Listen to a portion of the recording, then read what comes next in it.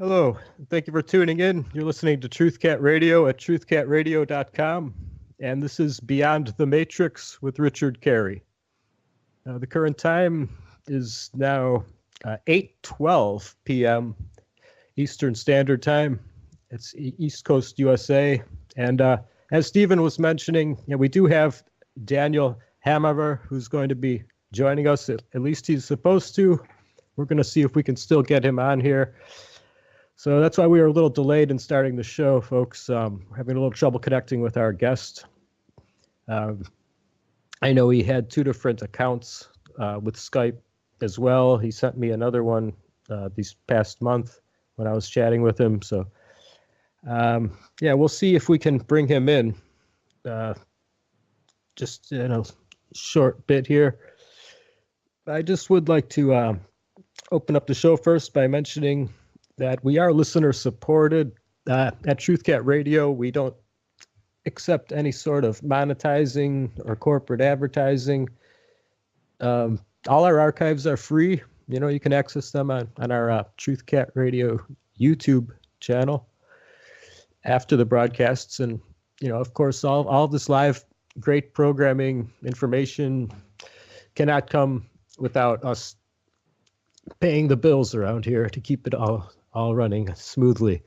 We have a lot of great topics and information, a lot of great hosts, and more that are joining all the time, and a lot of great guests that we love to bring to all of you, our listeners. But yeah, we do need your financial support. No donation is too small, too. I mean, a lot of times just some small amount that someone sends can make all the difference for that month. Just whatever little loose change or bills you might have in between the weeks and months, maybe every couple months or few months, you want to try to throw us a little something. Greatly appreciated, all of it. And in the world of independent media, as I said, nothing is too small a donation. All of it is greatly appreciated and helps out a lot. We do even have the option of PayPal, a very convenient way to donate on our support page. A lot of people like PayPal and the safe, convenient sort of system that they offer. Please join also on Facebook, the TruthCat Radio and TruthCat news groups and page, and the Beyond the Matrix Facebook page as well. We do use Facebook for most of our promotion. And so, we do appreciate all those shares, all those likes. It helps you to get the word out there to more people. So please do what you can to any fans of ours who are listening. If anyone would like to call in tonight and say hello, have anything they want to share on any of the sort of topics that we like to cover here at TruthCat Radio, and I know those can be quite a few. The number to call in will be 714-598-3125. That number again, 714-598-3125. And please be sure to turn off your radio if you do call on in. Don't say anything when in the call-in queue, and I'll just verbally invite you to speak from your area code. And please do help us out with some support with whatever and whenever possible. So we are going to be talking about banning and censorship and the whole political perception that is attempted by a lot of the social media, a lot of the corporate media, just a lot of things that people have been having to deal with. As I said, we're trying to get Daniel Hammarberg connected with us here. He wanted to come back on, chat about a few things that have happened to him recently. And well, this is a very pertinent issue right now. We're in an era where even our president is battling with the corporate media. It's really curious as to how this is going to be written about in the history books down the line. I suppose that's very much yet to be determined as well, of course, because, well, they always say the victors ultimately write the history books, and we really do not know quite who the victors of our era will be. But we've had corporate media trying to sling the term fake news at all of the independent media. Then we've had Trump retaliating and referring to the corporate media as fake news. I'm turning it back on them. I don't know. It's just really been absurd. The sort of rebellion we're seeing from every direction in Congress as well. And well, everyone's just, of course, hyper analyzing anything and everything. The current era here. Well, Daniel had been on the program in the past. You can find that in our archives if you haven't. But yeah, Daniel Hammarberg wrote the book entitled The Madhouse, a critical study of Swedish society. And it is a very interesting book and has a great amount of data in it. I mean, Daniel really put a lot of effort into compiling all the information that he presents. I really do recommend you get yourself a copy of his book and support him.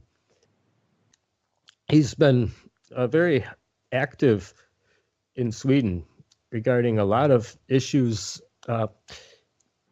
trying to do a good service for the community. In one example, he was posting the identities which were being concealed by the Swedish government.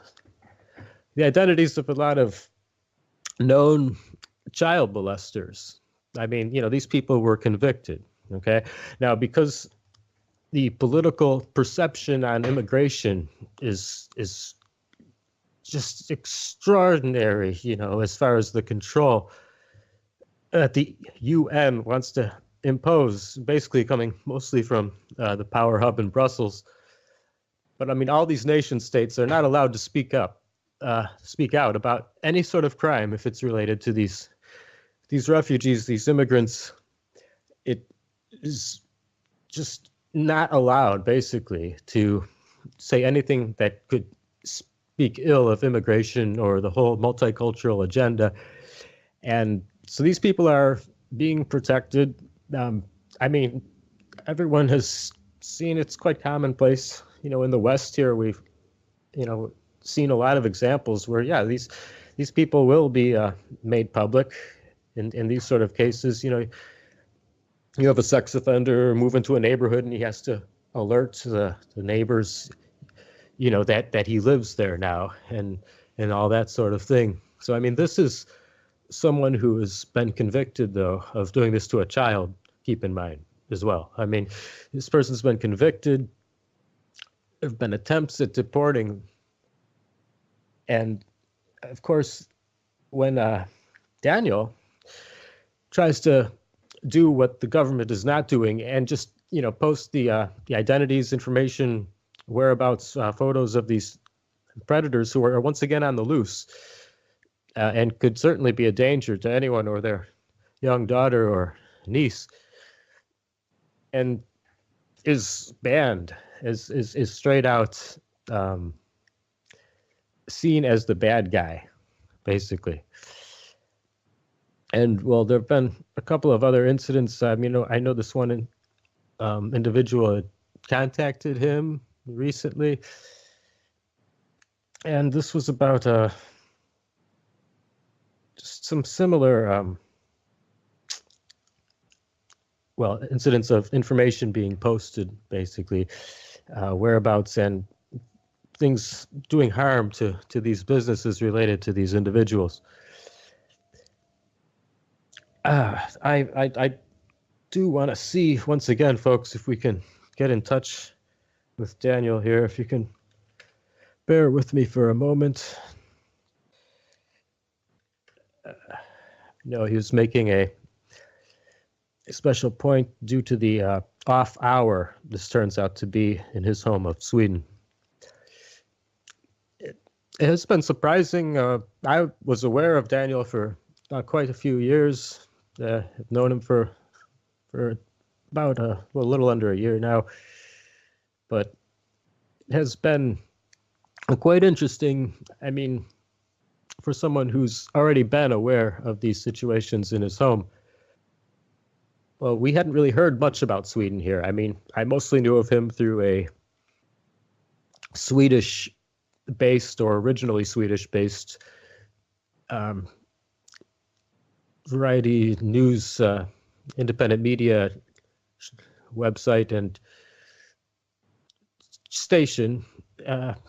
But as far as any other sources in the American independent media, you didn't really hear Sweden come up too much. I mean, the person who's the host on that network is a native of Sweden, who came to America. So, I mean, that was really why, the people such as Daniel were known to him. But you didn't really hear too much about any of really the Nordic countries' current developments. And this globalist sort of UN control that we're seeing, this sort of imperialist tiptoeing of power, pushing a bit further and a bit further still. That has really been doing this to the northern European nation states a bit more intensely for a bit longer than it has been creeping up on the rest of Europe. But I'm hearing on some of the other news broadcasters' shows now much more frequent mention of Sweden and the situations there. Actually, there's one gentleman, Michael Rivero, who I've had on my show.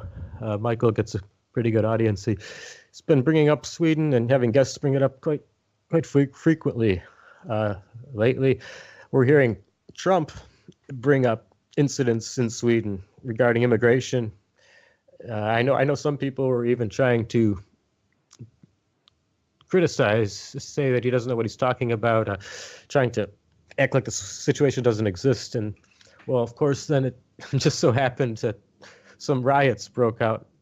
I believe this was 2 Mondays ago in Sweden, just after Trump had mentioned this statement. So just illustrating that he does know a bit of what the rest of the international community has been dealing with, and not just America.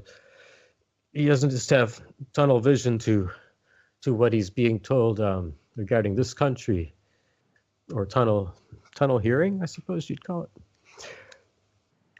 No matter, yes, he even had a bit of debate with the corporate media on whether or not Sweden has any immigration problems or riots or this sort of thing. But yeah, it was another full-blown riot. It was a area that it originated in, which has a very large concentration of these immigrants, which is clearly not giving them all of the, providing them with all the necessities for just sustaining them, where the population is a bit under stress and strain. And of course, they're promised a lot of things when they move overseas. They don't just go to the nearest country, when they're escaping a war zone. No, they travel through many nations, to get to ones far over yonder that they're promised, all these goodies when they get there. And then, of course, when this nation falls short of some of those promises, well, it's not that surprising to see a bit of rioting, discord, and violence. I don't advocate any of this, of course, but we do have to see how many people are involved and what the real motives are in much of this. I did want to bring up a number of topics semi-related to this. I know it's just been the main topic lately. This the question of immigration versus nationalism. You have extreme leftists. You have the alt-right, which is claimed to be extremist, but I don't know. I see the current right party as being completely usurped, just completely hijacked, and it doesn't really represent what it once did. And I see the same in the left. I mean, what it meant to be a liberal, say 40 years ago, is completely different from what it means today. And we're seeing with these Hillaryites just a more gross distortion of anything democratic, which ironically is coming from the side that dons the term Democratic Party. But nonetheless, it's the greatest hypocrisy one could imagine. The amount of childishness and, well, just reckless insubordination that we're seeing going on right now. It's just amazing, really, just how many people who have control over the politicians, the corporations, the media, were in some way or another vested in interests against Trump. I mean, say what you will. I mean, he doesn't have a perfect stance on everything. I mean, the topic of Israel, for example, many people think that, he's just playing ball all too much already regarding this build up to war with Iran.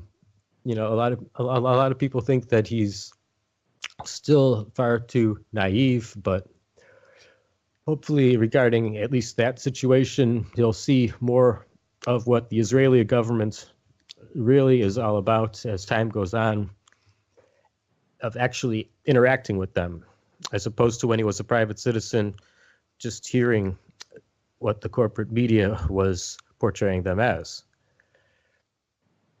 But regarding a lot of the fights in Washington over this, that, and the other, just anything and everything under the sun, it really is extraordinary what we've been witnessing lately, just the level to which things are being taken. And as I was saying, though, about the parties, at the same time that the far left sort of provocateurs, advocates, activists, are very much just distorting their image even further. I mean, a lot of these people are tied in with a lot of these Soros-funded organizations and agendas. I mean, these clearly are vested interests in corporatism and globalism that are not in the interest of any of the people. But we do see, I would say, from the alt-right, just a lot of perceptions from the public that are a bit quick to judge, I must point out. I think that just a lot of people are too quick to label someone, oh, they're Nazi, they're a fascist, they're a racist hater, they want everyone who's not white to be dead and this and that. I mean, none of that is, of course, true. If anything, I mean, originally, the principles of sustaining any nation really are embedded, I think, in a lot of what the alt-right really stands for. Many were really using the term new right a lot more in Europe. Now that the alt-right movement in America has been picking up more momentum, it seems a lot of the European movement has been merging with the American movement and just adopting the American phrase alt-right as a catch-all. But there have been different mentalities. The history of someone who is new right in Europe would be inclined to be much more hardline, or with knowing the history of Europe and the sort of all the principles that could go into being far right or far left. Whereas in America, a lot of people could claim they're alt-right just because they're, anti-immigration, they're for gun rights, you know, and think that the police are being judged unfairly or something. You know, just something a lot more basic and simple can qualify someone to use that term. As it was gaining momentum and the movement in America as it was growing. But I don't know. I think there's been a lot more cross researching that people have been doing, but everyone might be at a different level as far as what things they do stand for and what things they do not. We do have to see less factionalizing, though, I think, in a lot of ways, if we want to make a real difference, make some progress.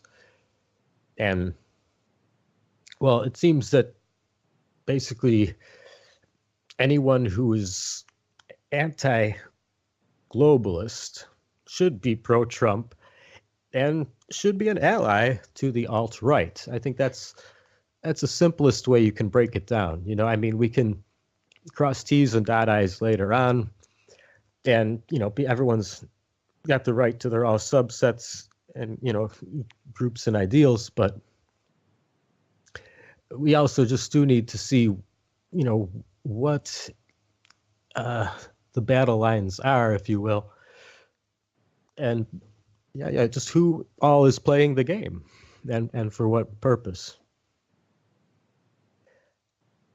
I would like to think that most people have a good understanding of these things, but it seems a lot of people out there, from the kind of comments I'll hear, they really don't too much, honestly.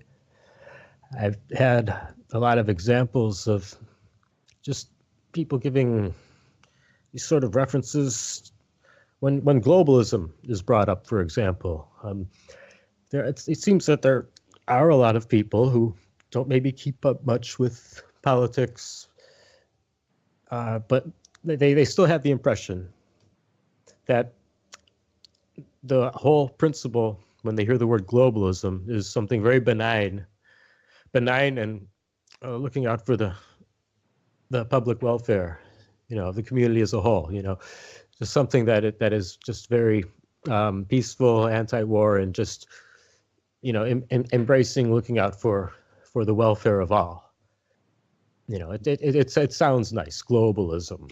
You know, like to be conscious of the entire globe. And then, well, sometimes, I don't know, perhaps some people have overused it in a negative term where, it becomes a red flag for some people, a turnoff. I mean, we'll hear people like Alex Jones who will go on shouting about globalists this and globalists that.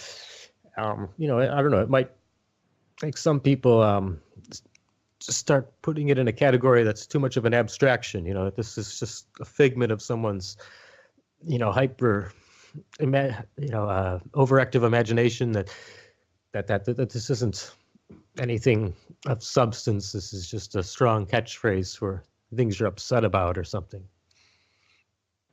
So I don't know. I think, you want to be sure to have plenty of information to back it up and not just go shouting out words such as globalism without explaining, because there are always plenty of people out there who could use clarification. That's probably the most basic thing that I'm continually getting reminded of as I've been stepping my foot's wading into the water of the independent media here this past half year or so. Let's see, it's been about 7 months now since I started my show here on Truth Cat Radio, and yeah, I think that you can't explain the things in too much detail as a rule. Most of the time, there are people who could use that clarification. What you think you may have already said more than you need to, but well, yeah, there's everyone at different levels who has a unique variety of what they come from in their past, and it's all too easy for someone to assume the wrong thing, basically. So I think more discussions about more topics, not letting any topic be out of bounds or censored is a good rule. I'm just going to take a moment here, check with our potential guest one more time, ladies and gentlemen. And well, I do apologize for this error in our planning.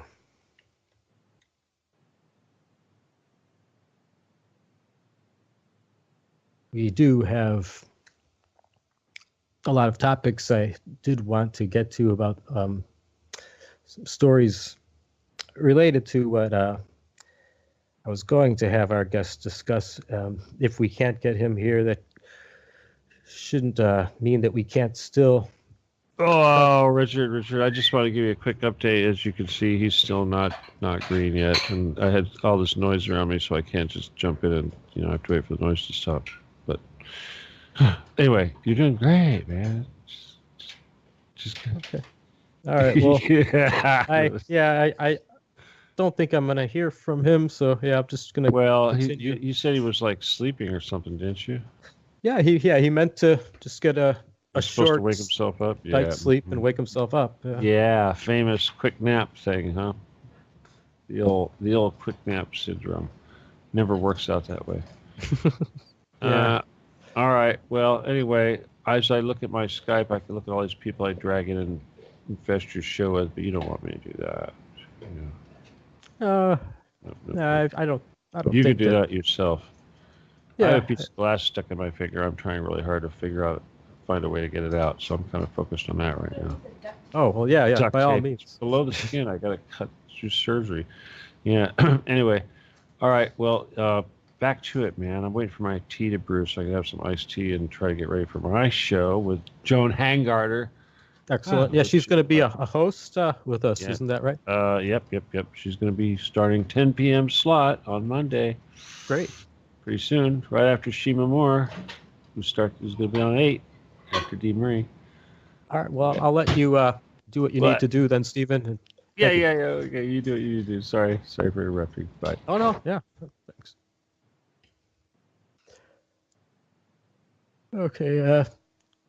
Yes, everyone. Well, as I was stating, I did want to try once again to reach our guest, but well, I don't really want to try to contact him with the connection we have here. I don't want to lose the line to the station. I was just trying to send him a few messages through his social media account, and well, I guess I could put in a little something on Skype again, just in case he gets that one first. No, we're still waiting.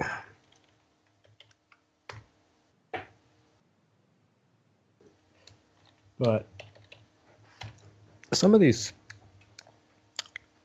stories that he was going to share, I'm just hesitant to bring up in the hope that we still get him on, but there was a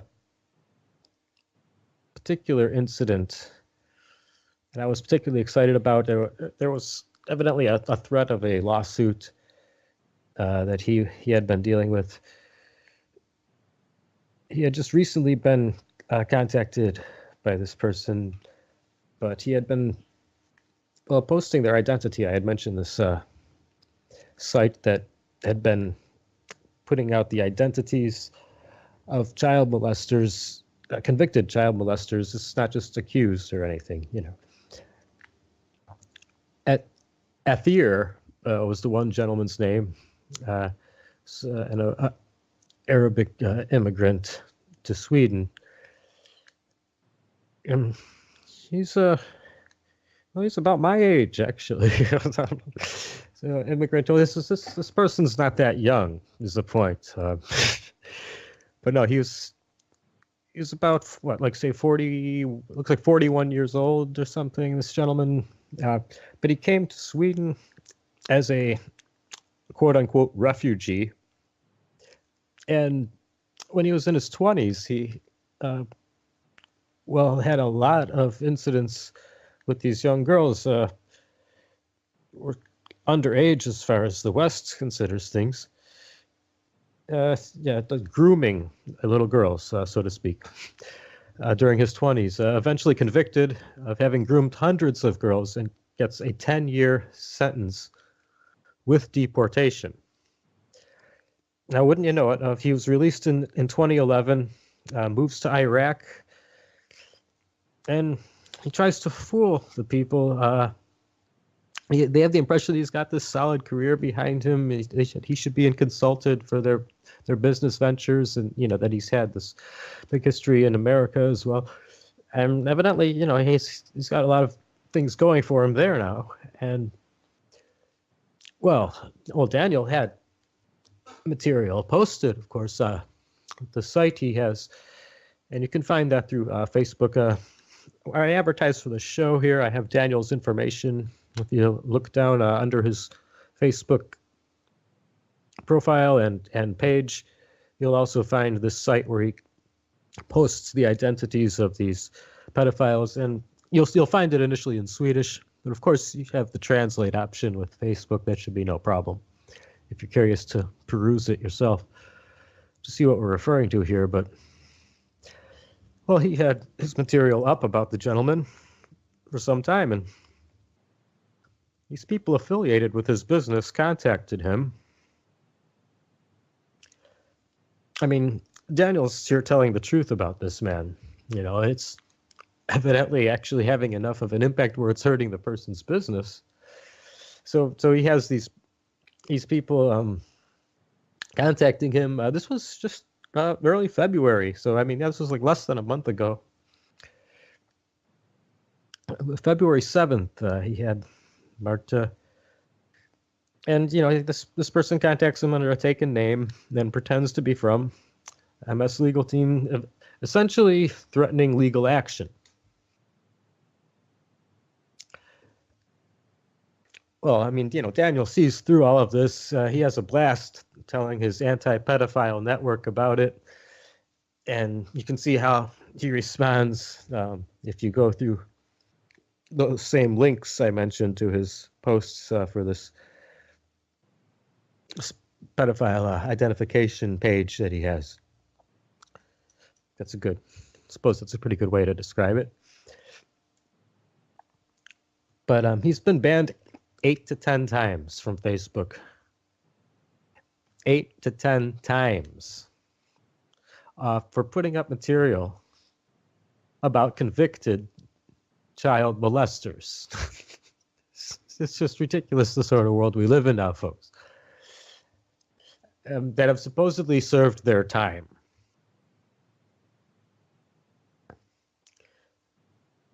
And, well, it's surprisingly, Sweden has no sex offender registry. So they can blend right back into society. It's not quite as difficult as it can be, as I was mentioning, in a lot of the other Western countries, where you will find these sort of things. Like I said, for example, like sex offenders having to notify all the neighbors when they move into a neighborhood, that sort of thing. None of this would be dreamed of in Sweden. And if it would have in the past, certainly not now that the focus on the immigrants has been all of the concern and all the rage. I don't know. It's like these politicians. It seems like they can't wait for the next gold star, for shouting out about the social justice warrior, globalist, liberal agendas these days. I mean, it really is kind of absurd. We see it here, of course, in Washington D.C. I mean, these pro-Hillary people who are trying to just be so insubordinate to Trump and just being outright outrageous, childish, just downright rude, and not at all intellectual.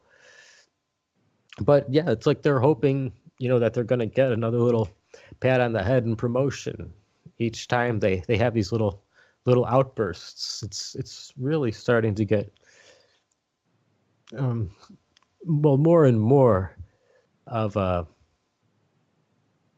the opposite response they were hoping, I think. It seems like more and more people who, if they were on the fence about anything regarding their views of the current political theater, well, that's what it is, of course, but the current political theater and just the amount of bickering.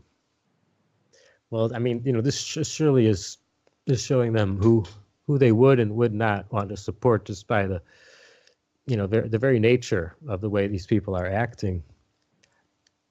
It's certainly discrediting the Democrats more than the Republicans at the moment, but it's we can't get into this two-party paradigm too much. It's not what it's about. And I mean, I think that really is important too when we consider the alt-right. I mean, we have this pseudo alt-right that Trump is merging with now. I mean, these Breitbart people and everything, and they're so pro-Israel is the curious thing about it. They're alt-right, yet they're extremely pro-Israel, war hawk, neocon, warmonger sort of mentality. I mean, that clearly is Zionist infiltration into the alt-right. From where I'm standing, it seems pretty obvious to me. But most people out there don't really look at these sort of subtleties. They don't realize how, the sort of stance, international diplomacy and relationship one's establishing with Israel says a lot about the rest of their politics and motives. And yeah, it has to be understood that these people like Soros and Rothschild are, well, they're pure evil for one thing. Okay, I mean, if ever you could truly justify the word Satanism linked to a person, I think George Soros is a winner, hands down. And these people who have this sort of level of control and manipulation, I mean, yeah, they escape prosecution at just about every angle. And it is just curious that these pro-Israel alt-righters, that Trump has now even in his cabinet and everything, that he's appointing these people.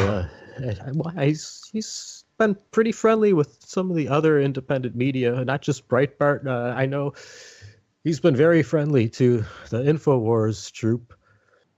Of course, they are very hesitant to speak up against Israel as well. They'll have a couple guests on at times on their show who will speak out against Israel, but as a whole, I see, I don't know, InfoWars as another gatekeeper for a lot of the neocon and Zionist motives and war plans, if you will. So, I don't know, it seems like everyone is infiltrating everywhere in the current era, and it's really hard to know who's on whose side and who should want to be on whose side, for that matter. And this is something, I think, the subtleties of these sort of things, everyone has to ultimately make the call on for themselves. You don't have to agree with your friend or this guy over here who you like some opinions and analysis from on everything. You can have a bit you disagree with on everyone of the people whose information you value. And that doesn't discredit the other information or opinions you get from that source. I think you want to take in everyone's analyses and formulate your own in the process. But you really can't be an all or nothing sort of person when it comes to who's your ally and who are clearly more among your enemies, basically. we had well, looks like we're not going to hear from Daniel. I don't know. I have had some bad incidents with my alarm clock as well. I know he was planning on sleeping before the interview because this is, well, it's kind of as I said, an off hour there for him. I think it's like 1 a.m. No, now it's like 2 a.m. there in Sweden, like 2 or 3 a.m. So in his part of Sweden. So it's yeah, it is rather tough hour to be alert at. I'm just thinking perhaps he just missed his alarm. You know, sometimes you get into a deep sleep and, you know, there could be a nuclear explosion. Kaboom! Sorry. Just like that. Just like that. You're not ready for it. Boom! Just sorry. You know, I have a lag. Obviously, when I'm listening to the show, there's a lag, and I hear it's like, oh, looks like we're not gonna get the guest, Daniel. I'm like, oh, I gotta go in there and say, oh, but I'm still here. Yeah, you're talking about explosions. Oh my god. No, that's actually great. I just was talking to Shima right now, who's going to be another one of our hosts here on Monday, Shima Moore, and I had to find out if she liked the new artwork I created for her. I'm not happy. Richard's artwork is boring compared to everyone else's artwork now, huh? Yeah. Well, you know, I just get the point across of things, and I didn't want it to be too busy. You know, I don't know. I went overboard with some of my early attempts, and so I just. Oh yeah. I had to catch. I had to throttle you back and say, no, we don't do that. We don't do it like that. Like anyone else listens to me. Daryl doesn't listen to me. I go, Daryl, I want you to do these certain things. He'll say, okay, Steve. It's like, Daryl, why did you do that? Oh, I was busy. Sorry. No, never mind. Daryl can do whatever he wants. But yeah, obviously I try to have a control over this stuff. But when it looks nice, I like to stare at it and go, oh, that looks really cool. It's like a piece of art. Anyway. All right. Yeah, I just had to let you know you were floundering there for a second. So I'm throwing your life. Sure. Yeah. No, seriously, I want to get back to relaxing. What do I got left? A whole hour? Mm-hmm. Oh, it's whole almost hour. break. Look at that. Kick it's almost up the break. feet. Well, no, I'm sure it'll be fun because obviously I have a guest, and when I have a guest, I don't have to be like doing what you're doing and just talking for 2 hours straight, which was rough. Especially if you got dinner sitting in front of you and you got to talk for 2 hours. You're watching your food get cold. Not cool.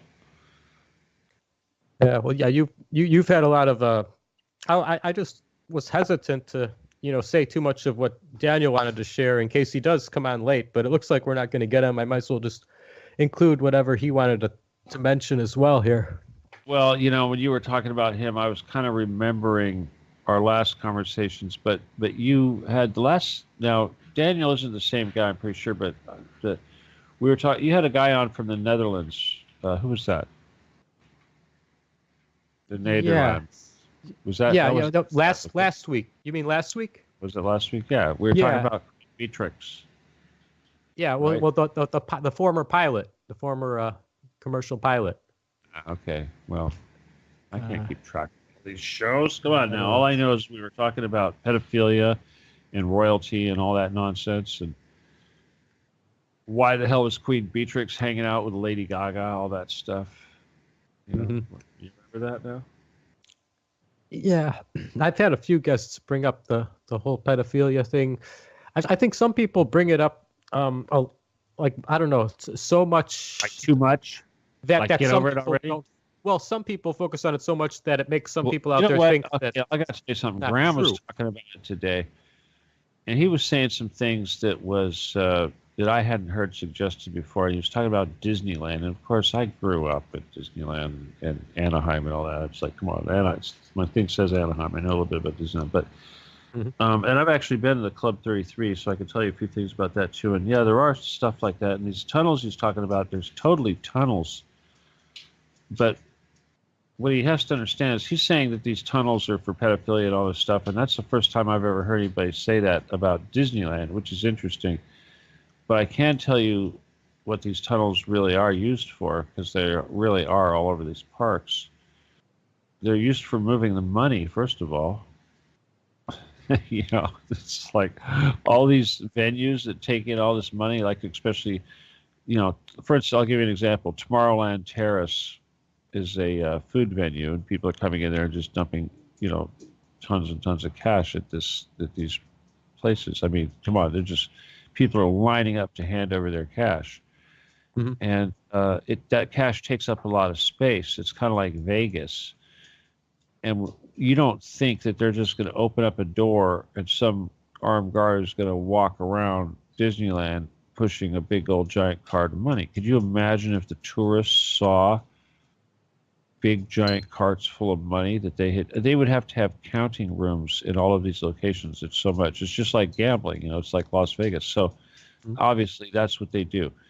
They collect all these money from these various locations through these tunnels. They also use these tunnels for moving trash. For instance, they actually have these things that are big enough to drive these little carts through, and that's what they'll do. You're not going to be driving trash trucks down the main street of Disneyland. They do that stuff underground, you know, and they can't possibly wait until nighttime. And even if they did wait until nighttime, they're not driving trash trucks down Main Street, you know. So whether or not they did have these tunnels have been used for nefarious purposes, although I don't think that a lot of people go missing from Disneyland. If one child went missing from Disneyland, I think we'd hear about it. But, you know, in fact, I have friends, and they tell me about these tunnels. The first Disneyland tunnel that you meet is when you get hired. There's a personnel office that's outside of Disneyland property proper, and it looks like an average commercial building or like a high-rise structure, something like that, a nondescript office building. And it has an underground tunnel connecting to Disneyland.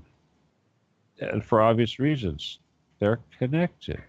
They use it for doing business. Anyway, it's interesting, and it's also mundane at the same time. Yeah. So I throw that out there just for the sake of Disneyland. Mm-hmm. I want to defend the satanic aspects of Disneyland, but yeah, these tunnels are certainly utilitarian. I've heard so many, just vague references, you know, Disneyland associated with communism, Disneyland associated with, you know, not Nazis. Like, you know, I've just heard all these like vague things over my lifetime, you know, and it's hard to say what's what, you know. All right, here's a test for you real quick. Does Mickey Mouse have a tail? I think so. You think so, huh? You sure about that? Didn't they depict him like that in the cartoons? Didn't they depict him like that in the cartoons? I love the way you say that. Well, I mean, it was in his pants. Yeah, he had pants on, so they don't show it. Right? Sticking out a little hole in the back of his pants. Was it? You know, I agree. I think in Steamboat Willie, he had a little hole in the back of his pants. In like early versions, yeah. They phased out afterwards because now I think Mandela effect crap. Now it's like he has a tail all of a sudden. Like modern Mickey did not have a tail. Berenstain. Bernstein or Berenstain? Berenstain. Heinz or Heinz? Whatever. I think I once heard there was a hidden motive for the creation of Disneyland. Was it like to spy on study people in certain ways or something to that effect? Interesting. Well, of course they would say that, but you know, okay, even if that was true, that would just be one motive. There's always multiple motives. So when you say something like that, it almost makes it sound like that was the sole reason for doing it, which is obviously not true. Well, Disney's films, I know there's a lot of political agendas embedded. Satanic. Yeah, I remember seeing there was a film about how Mickey Mouse was involved in a production line that was making Swiss cheese. Did you see that one? No. It's not. Do you know how he made Swiss cheese? How did he make Swiss cheese, Stephen? He took regular cheese and he poked holes in it. That's one way. It's one way, yeah. Only the thing is the other mice were looking at him really strange because of what particular appendage of his that he used for making those holes. Oh, I see, Stephen. Okay. Yeah, it was very like, Yeah. really, Mickey, really, Mickey. What are you doing to that cheese? What are you really doing to that cheese? Yeah, he really needs to spend some more time around Minnie Mouse, but Bad. That's a bad mouse. I think. Seriously, that's a bad mouse. That's a bad cartoon. All right, I gotta get some iced tea in my. That's right, iced tea. I'm waiting for it. I just. I better hurry up and get it. I better go. Okay, well, no, I mean, we had announcements. Did you want to do a little station thing before that? Could you? It's like the top of the hour.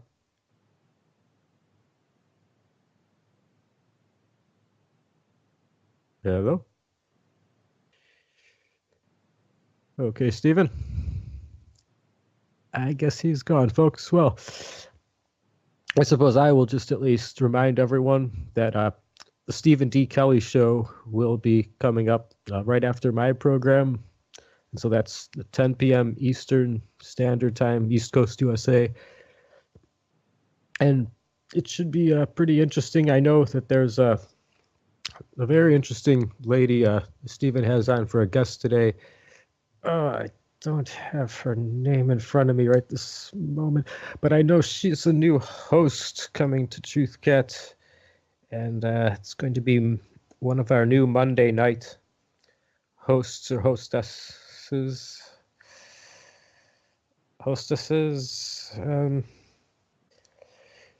Getting back to some of these topics I did want to get to tonight. Well, just some of these incidents that my friend who was supposed to be on tonight, but we haven't been able to get in touch with. I'll have to get back at him later for this. But no, he had quite a bit of incidents lately. Yeah, the one threat of legal action, for example, from this child molester's business in Iraq was quite interesting. The Facebook incidents that he's had, I've mentioned like 8 to 10 separate bannings, all generally due to Daniel's posting of the material, information, identities of these convicted child molesters. And yes, as I was mentioning, Sweden has no sex offender registry. So yeah, these people can just blend right back into society. It's a lot easier than here, and especially with the focus on the immigrants that we've been seeing, and protecting any negative reporting of them in the media. It's supposedly a violation of Facebook's code of conduct. So that's what he's been getting told. But he said several 30-day bans. A lot of these were. I know that just a lot. Most were about the immigrants. There were some bans for other reasons. Some just freedom of speech violations. A lot of the opinions Daniel has can be rather conservative, traditional viewpoints. Freedom of speech has been continually infringed, and I know, we have everyone speak out about various roles in society. We'll have people speaking out for minorities and females. Anyone speaking of anything traditional of the gender is actually demonized these days. We have this transgender bathroom situation in America that keeps going back and forth. I know the situation is different. It varies a lot in a lot of European countries. In Italy, I know there are a lot of unisex. In Sweden, I really don't know about the transgender bathroom thing. If they really have established any concern for that. But just for advocating traditional gender roles, Facebook has banned Daniel. So I don't know. There's just more. There are more and more opinions that we're finding that one cannot express. And of course, to have this absolute tyranny over any topic or viewpoint always shows an issue of concern and will always lead people to question it ultimately.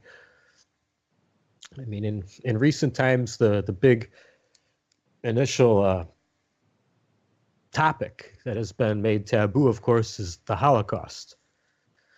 You know, questioning the Holocaust is being made a crime in more and more countries now. It's ridiculous. You know, Germany, I think Canada is even one of these countries currently. And Sweden, I'm almost positive, without confirming, that I would have to check, has the same law about questioning the official story of the Holocaust. You know, anything else, you can say whatever opinion you want of, but you know, you question this one event in history and you're going to jail. End of story. There, that should get everyone to believe us. Problem solved. I really don't even understand the logic there. I mean, if anything, you're calling yourself out and saying, hey, this needs to be looked at. You know, this is not accurate, what you're being told about this. You know, I mean, if someone can't even handle the competition of contradictory evidence that they need to impose a law like this, well, it's insanity. It's complete insanity. I mean, you know, no matter what sort of country you think of. I mean, you know, in general, you don't have this about any topic other than this. So we're starting to get more and more, though, of this totalitarian sort of thought policing into other areas. Unfortunately, it is a slippery slope. And for anyone to even have agreed with this censorship on questioning the Holocaust has already opened the door for more of their rights to be abused. Not to mention they're allowing evil to go unpunished because, let's face it, I mean, at this point, that old flimsy claim of the Holocaust is just being used to defend all of the war crimes that Israel is continually in violation of internationally recognized treaties. I mean, they refuse to sign the non-proliferation agreement. It's been officially confirmed finally by militaries that Israel does have nuclear weapons, by the way, and this is just in the last couple of months been established here. This is actually recent news. And yet, in spite of that, no, you know, it's not even acknowledged to have been acknowledged. You know, I mean, nothing's being done about it. I mean, the consequences. I mean, any funding that has ever gone to that country from this country, which is an insane amount. I mean, we're talking billions per year, is therefore illegal. Okay, I mean, because it's going. I mean, to people who are in violation. I mean, that is basically something that all of the countries who signed this non-proliferation agreement agreed to. Israel refuses any and all IAEA inspections. But now, like I've said, we had confirmation finally. We've never had this before on such an official public level. So, I mean, I think that it really is a story that should not have gone as under the carpet as it did. But this is a very good example. Just the kind of perception, you know, political perception that is pervasive. I, have noticed with the whole, now they're saying climate change, but originally they used the term global warming. I know this whole agenda is attempting to go the same direction. You know, we're seeing people who are trying to say that, it is similarly a prosecutable offense to question climate change. The official story of this. I mean, we already have people who who are losing careers, being blacklisted because of questioning climate change. Just like the amount that, well, it was big news regarding the people in Hollywood being threatened if they speak out about the war crimes in Gaza by Israel on the Palestinian people. And this was back in 2014, when stories were mainly out there, and it was just accepted, it seemed, I mean, whoever's in control of Hollywood, wink, wink, Hollywood tells actors, don't speak about Gaza. It's your career if you do. And of course, it's pretty close along the lines of this whole questioning the Holocaust, questioning World War II. It all goes into the same boat there. On a similar note, we recently had this big incident in the news of a couple hundred Jewish graves getting defiled, overturned, and some key analysts have already pointed out that just keep an eye out. Israel is about to do something really nasty, most likely to the Palestinian people. It could be in Gaza. I hear that they also are not really on the greatest of terms with Iraq at the current moment. In Syria, they have been coming in to observe, supposedly. Now that the Syrian army and Russia giving assistance has almost destroyed ISIS completely in that region. But yeah, let's just keep a lookout now for what exactly it is that Israel does, because it has been a pattern, and we've had multiple sources pointing this out. There have been so many times in the past where you'll have, all these Jewish graves defiled, swastikas and threats are anti-Semitic, this and that happening. And then suddenly, Israel went and bombed the hell out of Gaza, or, they just put a bunch more of the restrictions on getting any basic necessities and supplies going in or out of various parts of Palestine. Or sometimes we'll have attacks on other countries related to some of these, Jew guilt, I suppose you'd call it, Jew guilt incidents. I know there was an attack on Egypt, very well known, that did not come without such stages of perception just prior to. But we're having these just certain topics that you can't discuss for the life of you, that they're actually being brought to the level of criminal prosecution. And it really just, so it's a red flag for anyone who's trying to use their brain, even the slightest, that, that this needs to be looked into further if there's a law against looking into it. End of story. We're talking about the Holocaust, World War II. We're talking about the crimes, war crimes of Israel in Gaza and the rest of Palestine.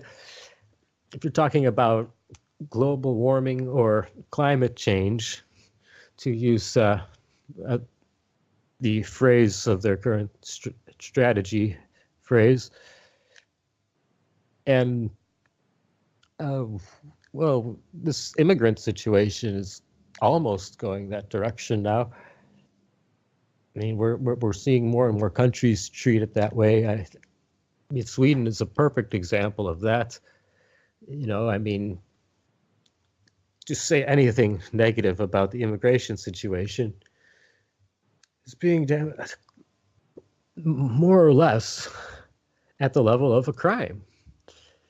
To therefore bring up the actions of criminals is a crime in itself. So it's really curious. I mean, when you have governments protecting criminals in a more out in the open, right in your face sort of way than ever before, that we're seeing all over Europe and in America currently, it really makes you wonder, well, what is this all ramping up toward? Surely there has to be a climax at some point with this level things are being taken to.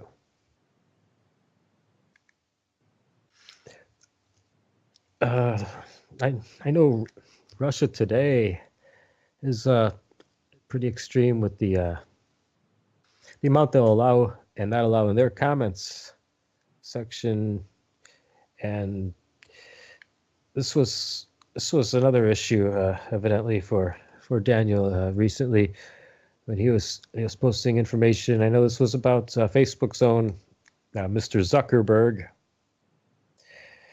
and it's another banning situation there. But we've heard a lot about these comment sections for these borderline media outlets, if you will. The ones that aren't quite corporate, but it's hard to call them independent media. Those sort of outlets, especially. There's a lot of underhandedness that can go on in a lot of these comment sections. I really wouldn't be surprised as much as a lot of people at some of those sort of incidents happening. But it's something that some might be surprised by. I know that there has been an extreme amount of falsifying as far as inflating the amount of listenership, audience, viewers. When you get to the corporate media level, outlets such as CNN, they have huge amounts of people and money that goes into creating fake comments, accounts, likes, this sort of thing. I know their comment sections are a big way for them to prove to their advertisers, that they're still getting the numbers, to justify keeping them as an advertiser, charging what they do for promotion time, that sort of thing. And there's just a lot of paying these days by the corporate media just to keep the illusion to their advertisers that they're getting the amount of listenership that they that they used to, at least.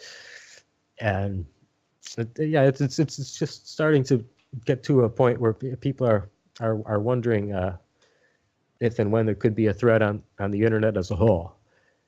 Because at some point you have to think if the corporate media says, well, we just can't deal with the independent media. This internet is the problem. This is where they're able to have such a voice. We need to stop this. We need to corporatize this internet. And so that would take off all these voices like mine, like Stevens, and reduce it to, checking out the information on the nightly news. There might be still websites and radio shows on the internet, but it wouldn't be anything other than the official narrative you would get from all the other corporate sources. I would not like to see that reality. I hope we never have that reality. And I'd like to think enough people on the planet would stand up and make sure that is never the reality. Because that's really been the biggest wild card in our generation is the internet. It's a thing that they weren't prepared for, even though it was created initially by the government before it was getting used more and more widespread by the public. It was initially created for use by the government. But the fact that it was their Frankenstein monster that got out of their control is something that we have to keep alive. I really think that it has far more potential than any of its predecessors, and look what they've accomplished. When you think of just even just the widespread printing of books, when the Bible was first printed in large enough and inexpensively enough amounts in ways so that the masses could gain access to it.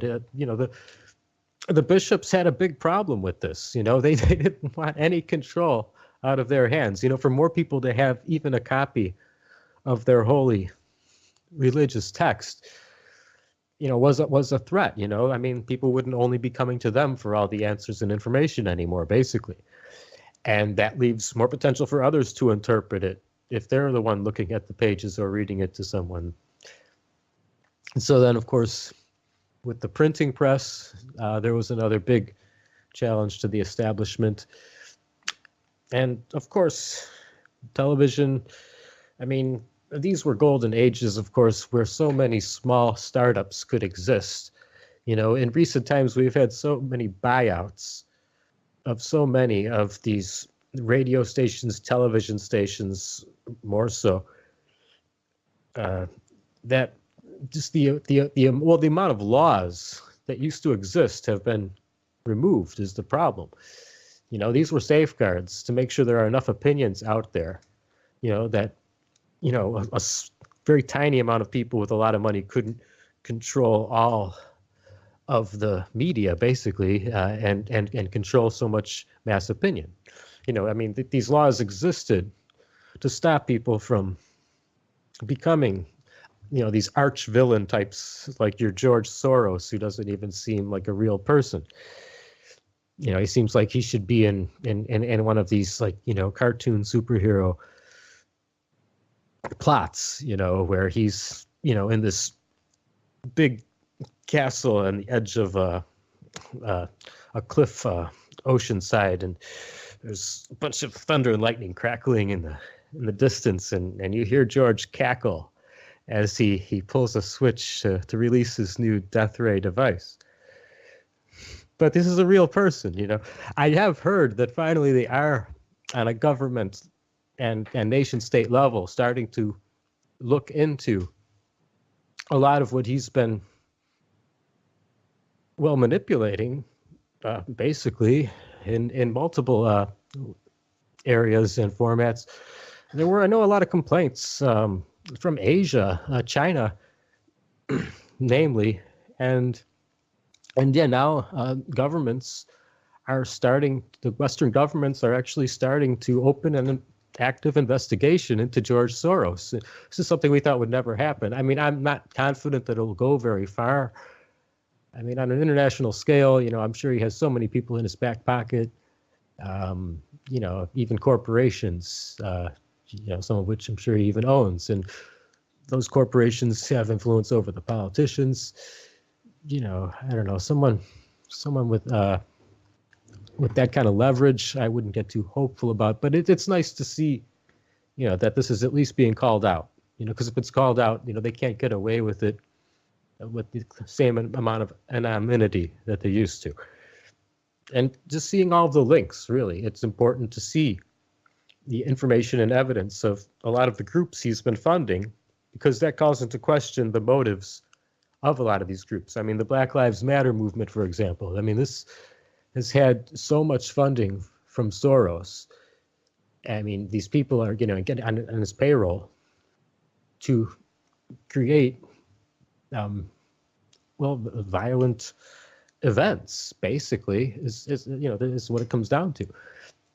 This is about polarization, pitting A against B so that they're not aware of the corruption and control going on and imposed upon them by C, if you will.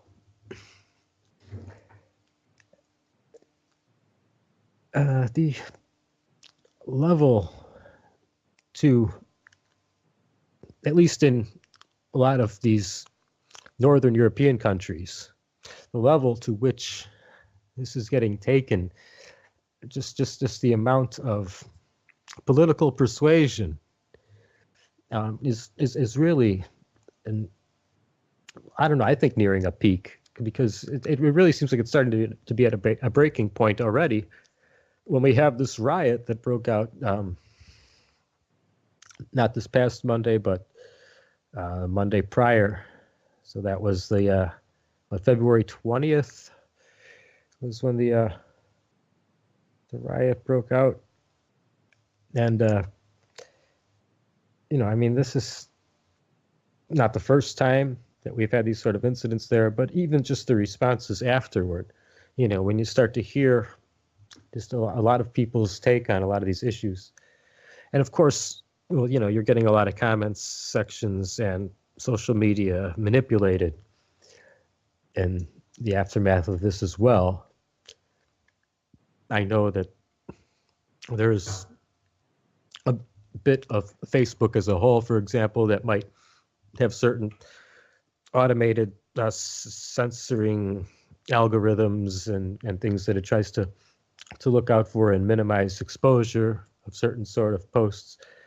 Twitter will have something similar to that as well. But of course, then each country will have something more specialized for it. And in the case of Sweden, regarding immigration, for example, you'll find far more. Whoop. Okay. Well, folks, I don't know. It looks like I got a bit of an update here.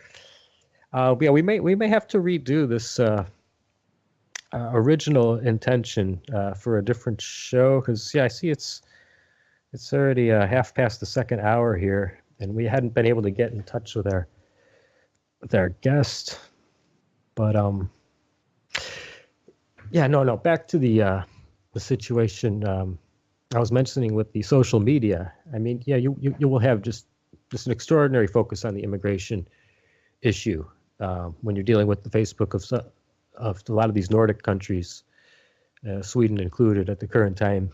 And it's a lot more intense on some issues in some countries, and a lot more intense as far as what might be minimized with the amount of view potential, as people that might be following you. What's going on? Did Daniel pop in or something?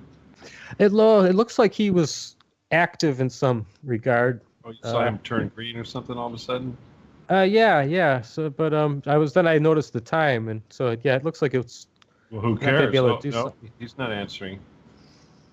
Well, there was some sort of activity. I'm going to make you work extra long because of Daniel, so that I can eat my dinner. Okay. Mm-hmm. Yep, he's still offline. Shame on him. All right, carry on. Okay. You got all these listeners, and they're listening to you say, "Where is that Daniel? It's all your fault, Daniel." All right, back at it. I'm hoping my guest shows up. Joan, I see Joan's yellow right now. She's not. What does it say? She says she's away. Hopefully she'll show up here real soon. Well, here's Stephen. What? Huh? What? No, Stephen. I was wondering if you could try. It looks like we would have to redo this guest a different time, but maybe he can say a little something today. Could you try? I just sent you one contact. Could you try once more? Well, yeah, he had two accounts. A new one? Okay. Well, he had two different accounts, but it looks like he is. I don't have this one connected, so they're going to have to connect to this one. Shame on him. Okay, well, yeah, I guess he just now went green and is fully active, so maybe he could just speak to the listeners for a moment. And yeah, we'll make him put him to work as soon as he connects. He hasn't connected yet. Wait, something's going on. I see movement. No, he hasn't done it yet. Add to group call. Oh, look at that. Can I harass him first? Oh, yeah, by all means. All right, hang on. Ha ha ha. Oh, one moment. The mic not plugged in. Oh, come on, man. Oh, come on. Look at this. Oh, Mike not. Oh, and he puts his picture on there and everything. Look at that. Oh, dude. Look at that. He's still not connected, though. I swear. Oh, call failed. He's probably mad at me now. Let me see if this works. Oh. He's doesn't want to come through now, probably because he's fearing my wrath. That's what it is. Yeah, look at that. You are a force to be reckoned with, Stephen. Yeah, I guess so, apparently. But he's hopefully he'll get it together here, because he's definitely green on this thing. We'll try it again here real quick. Well, you know what? He might actually be able to call in now that we made this connection here. He might be able to just respond to the call. All right. Well, that'll give me a chance to try to finish up this pasta I've got here in front of me. Oh, there he is. There. Yeah. Daniel, you're interrupting my dinner, man. Albert, I told Kerry that I was going to get up at 3:30, and so in good time for show. Yeah, well, I just woke up, so I guess I need to recover a little. You need to adjust that. Yeah, but it's a half an hour, so we're definitely going to be fine. But yeah, I woke up like a few minutes ago. So what you need to do is take that clock and adjust it back an hour. Okay. Well, 2 hours. No, I think we had the wrong time this time, Daniel, because you would have been 2 hours ago. You would have wanted to wake up. But if you wanted a half hour prior. We only have like about. Want to blame Richard? It's half okay. hour left. It was like an hour and a half into the show now. And, so Daniel, you need to know there's no waking up. You must start talking right away. Oh, you're live now, by the way. Tell us everything. Tell us everything. Okay. Yeah. But no, Daniel.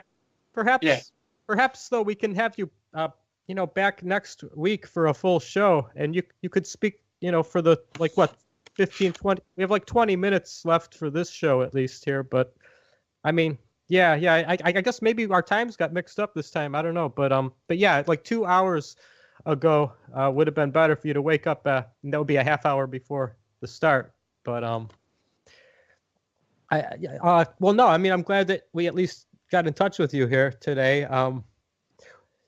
Have you No coffee. No coffee. No wake up. No. Yeah, I sent Kerry an outline for a show that was going to cover like 2 hours, and really unfortunate that we got the times wrong, and yeah. Yeah, no, it was the same time. It was the same time as I was on in July when you were on, but I got boys. Okay, listen, guys. All right, I have questions. All right, Daniel. Yeah. First of all, you're in Sweden, right? Yeah. Okay.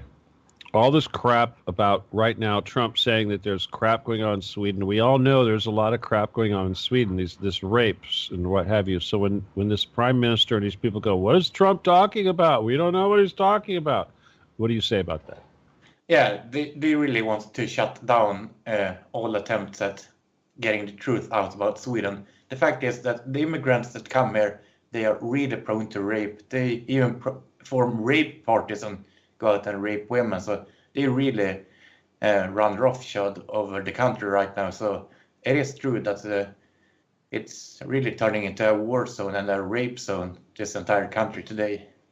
I mean, this last week, there was this public swimming pool in a town called Bro, formerly pretty safe area, where these immigrants went to the public swimming pool and occupied it, and it had to shut down because of these immigrants. So more and more cities and towns are really starting to essentially shut down. They don't function like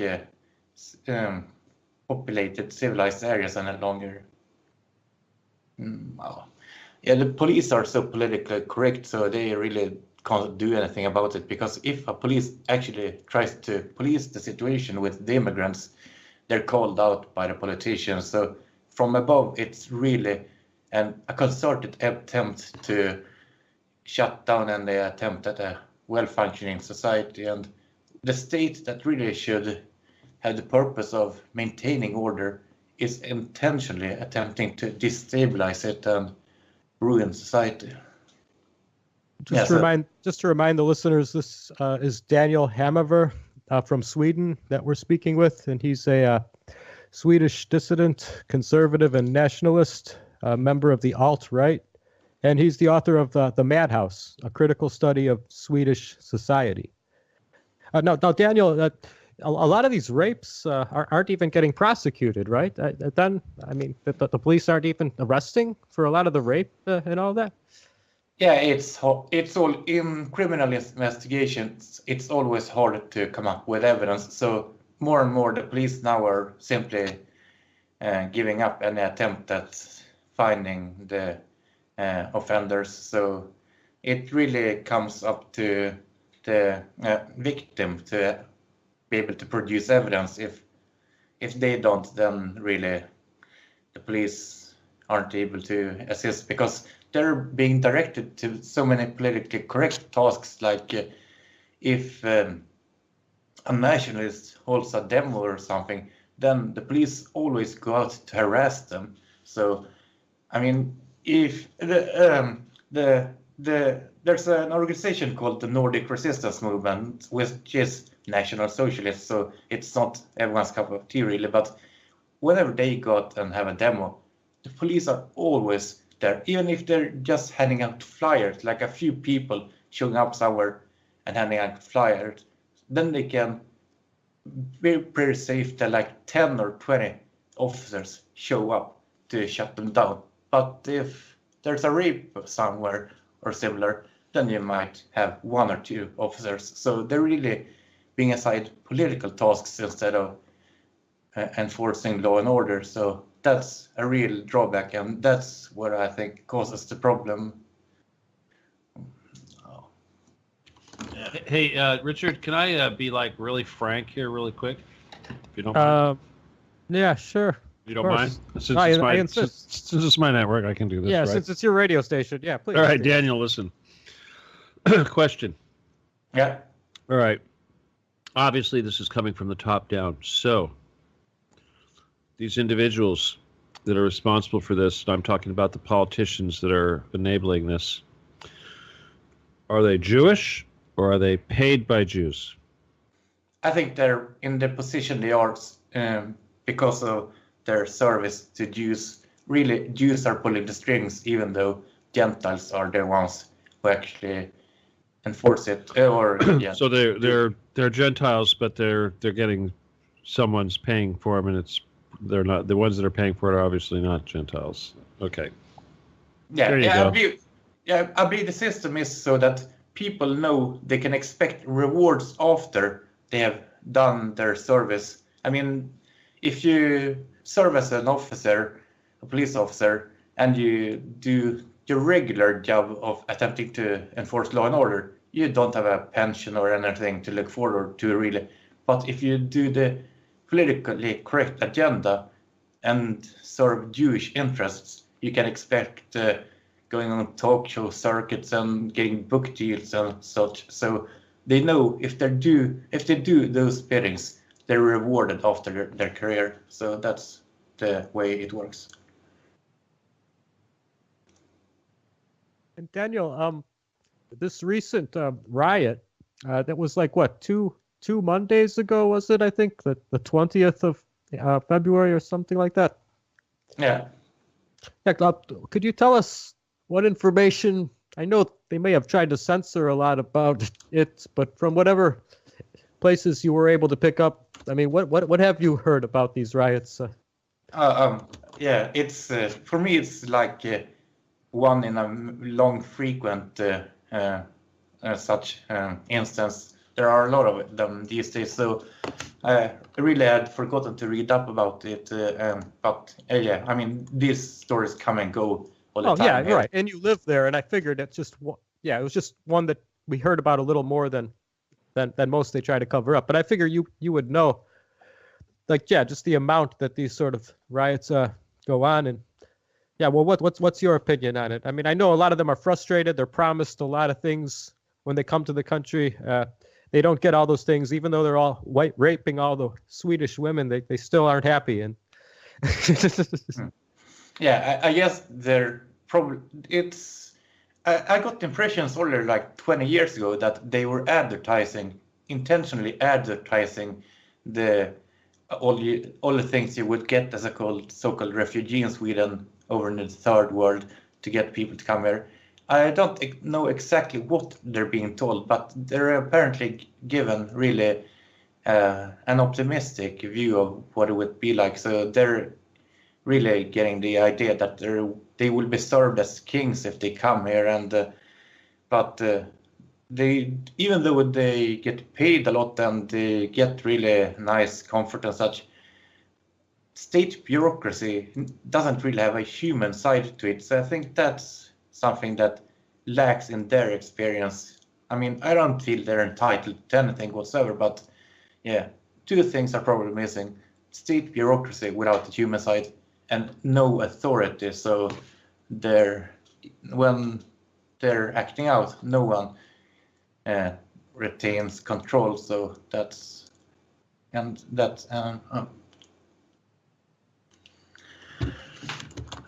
wonder if we should perhaps. Well, I was hoping then that we could maybe, since the time got a little misconstrued, maybe we could have you on for a full show. Again, maybe this whenever works for you. This coming week or when you're able. But I mean, well, with the time we do at least have left live here today, I don't know. What else would you like to talk to the listeners about?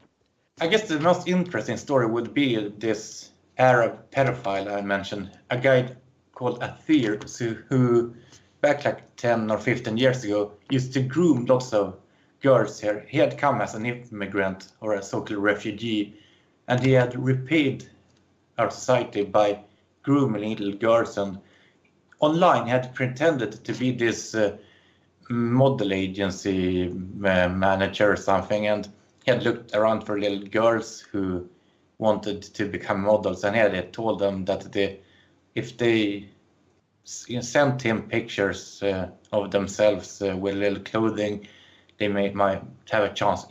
Probably know the typical grooming deal.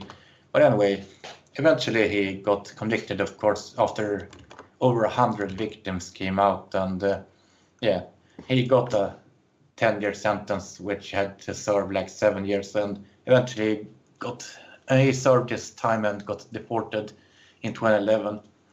What's interesting though is I run this anti-pedophile network called, in Swedish, Nätverket Stoppa Pedofilerna, Stop the Pedophiles Network, and I publicize materials about people who have committed these crimes and who have been convicted. And I had materials about him that people who, down there in Iraq where he went, he tried to pretend to have this impressive career and credentials about him, and he was going to be an IT consultant down there. But people down there, they saw holes in his story, so they looked him up on the net, and then they came across the material I had kept up about him. So I was contacted by people down there in Iraq and told them about him. So he didn't have much success in getting employed and getting contracts. So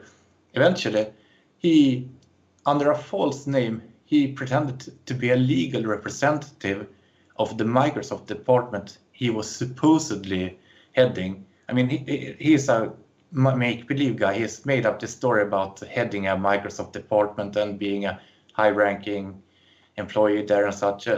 So he pretended to be this legal representative and asked me to shut it down and remove the material I had got up about him. And but I saw through him. I mean, I had followed the guy and I knew everything about him, what he attempted to do and such. So when he wrote me that letter, I wrote him back and I told him I knew who he was, that he was Athir, the rapist, and I told him I was glad that he was suffering and that he didn't get any jobs down there and that his past was following.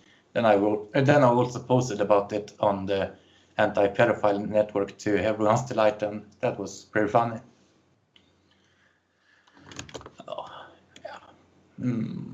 Okay, and boy, that was the same person though regarding the well, I mean, but you mentioned though that that their company, they had a company that was threatening legal action, the people. Yeah, a pretend company. He didn't actually have any association with Microsoft. He only pretended to be. I mean, the guy had actually taken people's pictures, various pictures online, and compiled them into a roster of supposed employees. And he was supposedly heading this large department of Microsoft, and he had registered a domain and such. So he really intentionally tried to present himself as a high-ranking Microsoft employee. But the fact is, these people, I looked up on Google image search who they were, and they didn't have the names he had given them, so he had taken people's pictures, real people's pictures, and pretended they were employees. So he was really into fraud, and he thought this scheme would work out. But yeah, thanks to me publicizing his past, the people he wanted to sell his services to never accepted him, and yeah, a real psychopath. This guy cons everyone or attempts to. Oh no. Oh. Oh, and then, well, yeah, you you had a number of bans, I know, on Facebook, most all regarding the publicizing of the convicted child molesters, right? I mean, yeah, it's really absurd. I mean, I don't portray innocent people or just go on rumor. I put up information about convicted child molesters and what they've done and such, and that should be really legit. I mean, over in America, you have sex offender registries, so everyone can look up. And I really only take the worst of the worst. So they're really bad people that I publicize, but still, because it's in violation of Swedish law, which is really absurd, you're not allowed as a private person to distribute factual information about people's convictions and such. That's really stupid. But yeah, because it's a violation of Swedish law and apparently Facebook's code of conduct too, I've been banned like 8 or 10 times for publicizing that. I mean, it's so stupid that you can get 30 days ban on Facebook for publicizing the identity of a convicted child molester. So I've gotten so many bans for that. Yeah, it is ridiculous. Yeah, and like this last December too, I got another ban. I mean, I'm pretty used to being banned for the child molester and publicizing, but just before Christmas, I had linked to this Return of Kings column advocating traditional gender roles. It's a very provocative piece saying that women really should stick to household duties. I wrote that he's got some interesting points, and yeah, then I learned that that's supposedly against Facebook's code of conduct, because you're apparently not allowed to be against feminism there. So then I got another 30 days just before Christmas. I mean, that sucked. Just for advocating traditional gender roles. Yeah, and saying that there's something good about appreciating it. Yeah, I mean, I didn't really write anything. I just mostly linked and wrote those few words. I think it's got a few points. And then I was 30 days for that. It's so ridiculous. Yeah. I don't know. I was mentioning to the listeners early on the show, even though Facebook might have their own algorithms and censoring and limiting how many people see what you post for certain things globally, you know, each country might have something more specialized, right? Like, I mean, say Sweden might be more concerned with people talking about immigration than, you know, say like America's Facebook or something, you know, as far as how much they censor. Do you think that, yeah, from country to country, there's a lot of difference with the internet? And I think Facebook really are an enabler of censorship. Yeah, I mean, earlier Google has been criticizing for working with the Chinese government and letting them dictate what is to be censored. And I think Facebook is doing the same with European governments. I mean, before the companies like Facebook really started to censor, the internet was really a free domain in spite of the laws here in Europe. I mean, if you go about the traditional way, publishing material in paper form and such, the authorities have a really good way of shutting it down and getting you convicted and jailed if you publish the wrong kind of material. But the internet was an easier way because the authorities really couldn't get to you. But with Facebook's assistance, they can get to you. So this is really not a free speech platform anymore, and it works with the governments, which it really should be condemned for. I mean, it really doesn't stand for American values and First Amendment values the way you would expect a company based in America. Yeah, certainly. So, just the censorship in Sweden in general. If you'd like to, I don't know, talk more about that. Well, now I don't know, you had like a few other incidents. I don't know, is there one of those in particular that you'd like to bring up now, or?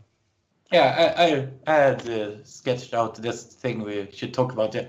If you're familiar with Sweden, like most European countries, there are so-called hate speech laws that criminalize certain speech, and it's called agitation against ethnic group. This law that says you can't threaten or express disrespect towards certain groups, and it's a law that... Yeah, I was just talking about the Holocaust laws earlier on the show, filling some time, and it just certain groups like Jewish. I know that there's a lot of Jewish lobbying groups that work for Jewish interests.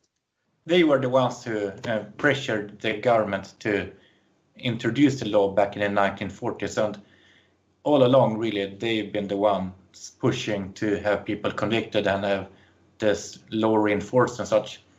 Back then, in the 1940s, it was a really limited law. It didn't really let you prosecute the ordinary citizens. I mean, you really had to make a concerted campaign informing about certain subjects to be prosecuted. But today, it's really gone down the slippery slope, because...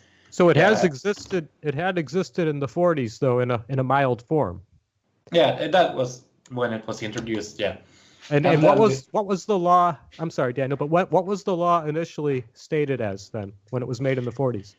Well, I don't remember the exact wording, but it was really only about public campaigns. I mean, the guy Einar Åberg, who was the initial target, he was a publisher who had really made extensive information campaign aimed at explaining what he considered the truth about the Jews. He accused the Jews of having caused World War II and corrupting society and certain other things that... Okay, Richard, you kind of ran out of time here. You have 1 minute left before I cut you off. So thank you so much, Daniel, for being here. We'll have you back again soon. But again, fix your clock, okay, so you can coincide with our clocks, and we can get you up on time. All right? I know. So those American time system, I know it's all our fault. If they would stop screwing with the time. Anyway, but I got to let you go. So thank you for being with us. Okay, well, yeah, thank you, Daniel, and yeah, we'll have you back on for the full show as soon as you're able. Okay. Listen to you, Come on, Daniel. I gotta go. I got a show coming up here, man. It's my show. Jeez, new guest, new host. Besides, all right. Look, Daniel, what time is it where you're at? 3:55. 3:55. Okay, so then what we need to do is get you up at 2 a.m. Okay? I think, yeah. I think let's just plan next time. Like 1:30. 1:45. You be sitting in front of your computer at 1:45. Yeah, I am. Can you come on a week from? Let's just do it next week. All right? No, next week actually it doesn't work. So we have to work out what. Screw you, Richard. You said screw you, Carrie. That's what you said. All right. Well, we'll find a week soon that does work for you, Daniel. Yeah. He says sure we will. All right, Daniel. Anyway, go back to bed. Are you gonna stay up or are you gonna go back to bed? I'll probably go back because it's like too early to get out now. Yeah. I would. Well, no, I'm sorry about the confusion, but that just means we get to talk to you one more day, and I get to still look forward to you being on soon. Richard, if I were you, Daniel, I'd be so mad at Richard right now I wouldn't be able to sleep. Yeah, I mean, I I got the impression that his time slot had moved. I mean, I believe the last time I was here, I was on that. But now we know. Next time, just 1:45 a.m. Be ready, okay? Yeah. All right, but listen, we got to go. I got somebody standing by, so thank you for being here. Okay. See you. Ciao. All right, Richard. Sign out, man. All right. Thank you for listening, everyone. Hope to have you back here next week. Stick around for Stephen D. Kelly. And until then, transcend the construct. Regards.